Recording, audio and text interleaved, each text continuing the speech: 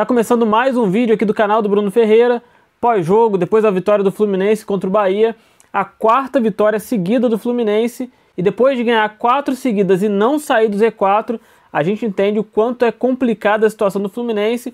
Não estou sendo aqui de maneira nenhuma negacionista, falando que eu não entendia que essa situação era complicada assim. A questão é que eu sempre acreditei que o Fluminense ia sair dessa situação.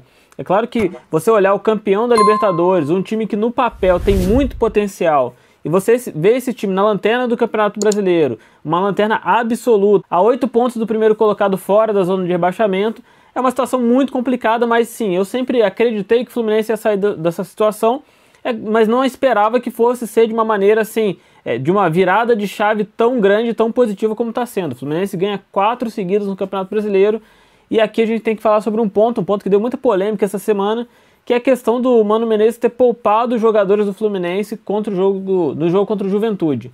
Tem muita gente que reclamou. No último vídeo que eu fiz, eu fiquei quase uma semana aí sem gravar vídeo nenhum, essa semana foi bem complicado, trabalhei bastante, tive pouco tempo para gravar, então às vezes é melhor gravar um conteúdo bom do que gravar um conteúdo qualquer só para cumprir a agenda, então eu preferi não gravar e gravar aqui esse pós-jogo com um pouco mais de paciência, com um pouco mais de foco aqui no nosso trabalho, que é acompanhar o Fluminense, cobrir o Fluminense e trazer aqui as notícias e as análises para vocês. Eu acho que o Mano Menezes acertou muito em poupar os jogadores nesse jogo, nessa primeira partida aí contra o Juventude.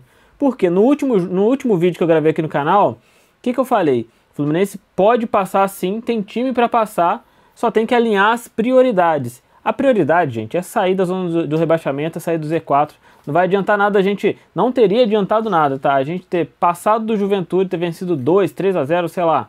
Qualquer resultado positivo contra o Juventude não poderia substituir a vitória de hoje. O Bahia é um time tecnicamente muito bom, fisicamente é um time que consegue manter o jogo fisicamente bem nos 90 minutos. E se o Fluminense tivesse usado suas principais peças nos 90 minutos ali contra o Juventude, com certeza não conseguiria fisicamente enfrentar o Bahia hoje. Tecnicamente, o Fluminense é um time tecnicamente muito bom. Tem um meio-campo muito bom, tem uma zaga muito boa, tem o Cauã Elias numa fase lá no ataque muito boa, e depois eu vou falar do Cauã Elias aqui. Mas se o Mano Menezes não tivesse tomado essa decisão, que ela é difícil, ela é polêmica, ela não agrada às vezes a maioria, a gente talvez não teria vencido o jogo de hoje, porque fisicamente o time do Bahia consegue levar esse jogo até o final com intensidade. O jogo em si foi um jogo, num começo de primeiro tempo muito bom do Fluminense principalmente. Depois do jogo teve uma queda ali, depois dos 20 minutos do primeiro tempo. E um segundo tempo com uma retomada técnica muito boa do Fluminense de novo. Mais uma vez, Cauã Elias fazendo um grande jogo, se posicionando bem, finalizando bem. Fez o primeiro gol ali no primeiro tempo, que foi anulado por questões milimétricas, numa virada de bola ali muito boa do Diogo Barbosa. Depois fez o segundo gol ali do Fluminense. E na minha opinião, na minha visão, eu acho que o Cauã Elias hoje é o que eu esperava, pelo menos, que o John Kennedy fosse ser esse ano.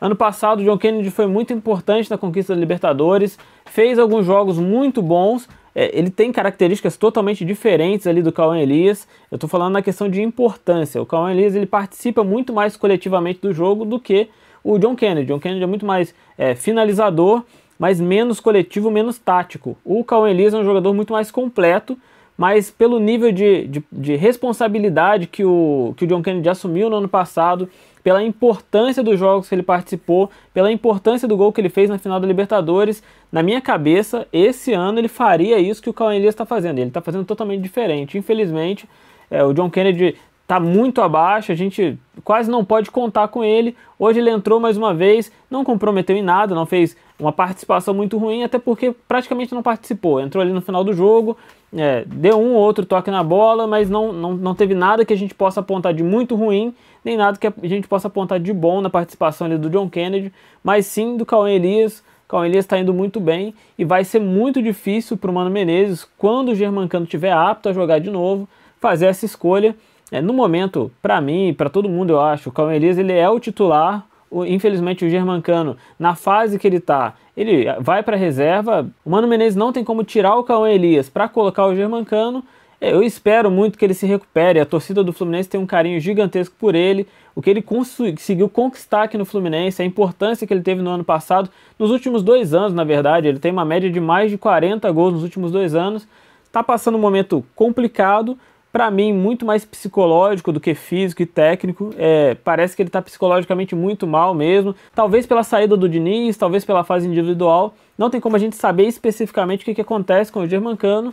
A gente não tem como, por conta do carinho que a gente tem pelo Germancano, colocar o Cauã Elias no banco, sendo que ele está mostrando e ele está fazendo por onde ser o titular absoluto da posição no momento. Está jogando muito, o Fluminense coletivamente melhorou muito, o Mano Menezes conseguiu organizar esse time, o time passou a ter uma cara, passou a ter um padrão, passou a ter o que eu chamo aqui de previsibilidade positiva, é aquele time que você sabe como ele vai entrar em campo, você sabe o nível de entrega que vai ter, você sabe como vai se comportar taticamente, não é aquele time imprevisível, e essa previsibilidade positiva é o que fez a gente ganhar aí os últimos 4 jogos, o Fluminense taticamente muito bem, com uma característica, uma maneira de jogar muito bem específica e muito bem ali segmentada.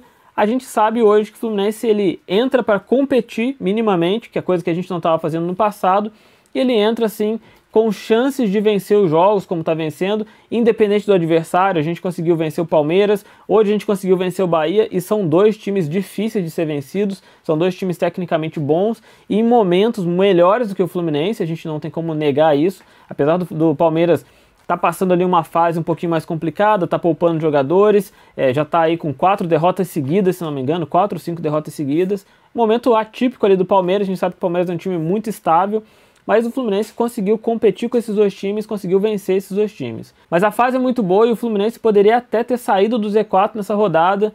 O Grêmio acabou vencendo aí também, complicou um pouquinho a situação do Fluminense, mas a nossa saída do Z4 agora ela virou questão de tempo. A gente sabe que se as coisas continuarem nesse ritmo, 2, 3 rodadas no máximo aí pra frente, a gente consegue sair do Z4. No passado aqui, a gente falou muito sobre os 50% dos pontos que o Fluminense deveria ganhar para conseguir chegar lá no fim do ano com os 45 pontos e sair do Z4 e conseguir se livrar ali do rebaixamento matematicamente.